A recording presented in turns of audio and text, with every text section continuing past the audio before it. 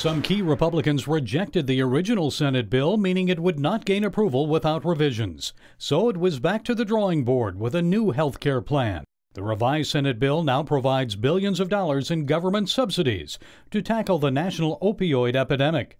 And it allows cheaper plans that include reduced benefits. Critics argue Obamacare forced some people to pay for services they don't need, like pregnancy expenses for senior citizens or geriatric care for millennials. That change alone could bring down costs for some Americans. The measure was pushed by Texas Senator Ted Cruz, so will he now support the bill? Yes. Senate Majority Leader Mitch McConnell now says he expects a vote on the bill sometime next week. Not one Democrat is expected to cast a vote for it. The meat of this bill is exactly the same as it was before, and in some ways, they've somehow managed to make it even worse. The support of moderate GOP senators like Susan Collins will be essential if Republicans are to get the votes needed for approval.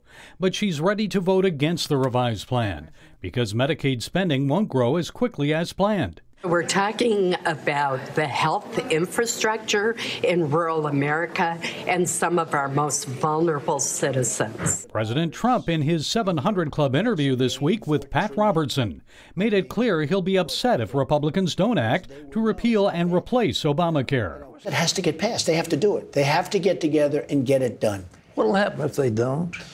Well, I don't even want to talk about it because I think it would be very bad. I will be very angry about it, and a lot of people will be very upset.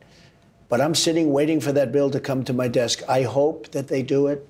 They've been promising it for years. They've been promising it ever since Obamacare, which has failed. Even Vice President Pence weighed in, pressing Senate Republicans to meet up to their campaign commitments. We urge every member of the United States Senate to roll their sleeves up and get this bill to the president's desk and get it there soon.